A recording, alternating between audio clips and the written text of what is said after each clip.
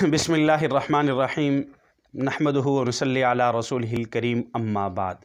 Programme आपके मसाइल और उनके हल में एक दफ़ा फिर हाज़िरी हुई है। आज का सवाल मोहम्मद रिहान मूसा खेल से पूछते हैं कि क्या नेक आमाल करने के साथ इंसान के गुनाह माफ़ हो जाते हैं, गुनाहों की माफ़ी हो जाती है या नहीं। देखें, इंसान के गुनाह दो किस्म के हैं। गुनाह की दो किस्में हैं, एक सगीरा गुनाह और दूसरा कबीरा गुनाह।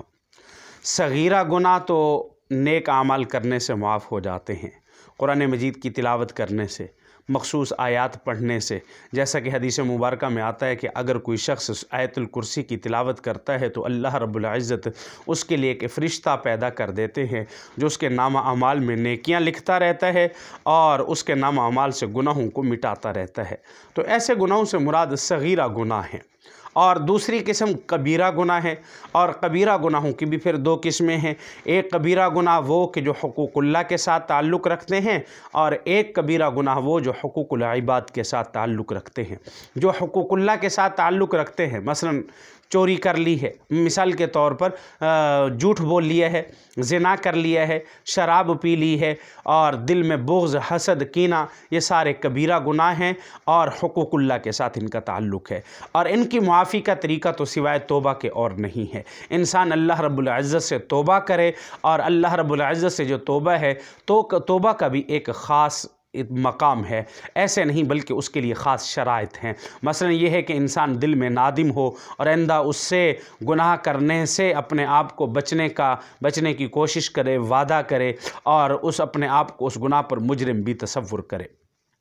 और दूसरे जो हुकूकुल इबाद के साथ हैं, वो हुकूकुल इबाद के साथ जो गुनाह कबीरा हैं, किसी का हक़ तलफ़ कर लिया, किसी का माल गसब कर लिया, किसी पर जुल्म कर लिया, तो अब इस सूरत में जब तक उस साहिब हक़ से मुआफ़ ना करा ले या साहिब हक़ का हक़ अदा ना कर ले, उस वक़्त तक ये गुनाह मुआफ़ नहीं होंगे। तो इसलिए अलबत्ता सगीरा गुनाह, जैसा कि हदीस मुबारक में आता है, तिरमिज़ी शरीफ की हदीस में है कि जनाब रसूलुल्लाह सल्लल्लाहु अलैहि वसल्लम ने फरमाया कि जब दो मुसलमान आपस में अल्लाह की रज़ा के लिए मिलते हैं तो अल्लाह रब्बुल इज़्ज़त उनके मिलने के साथ उनके गुनाहों को मुआफ़ फरमाते हैं।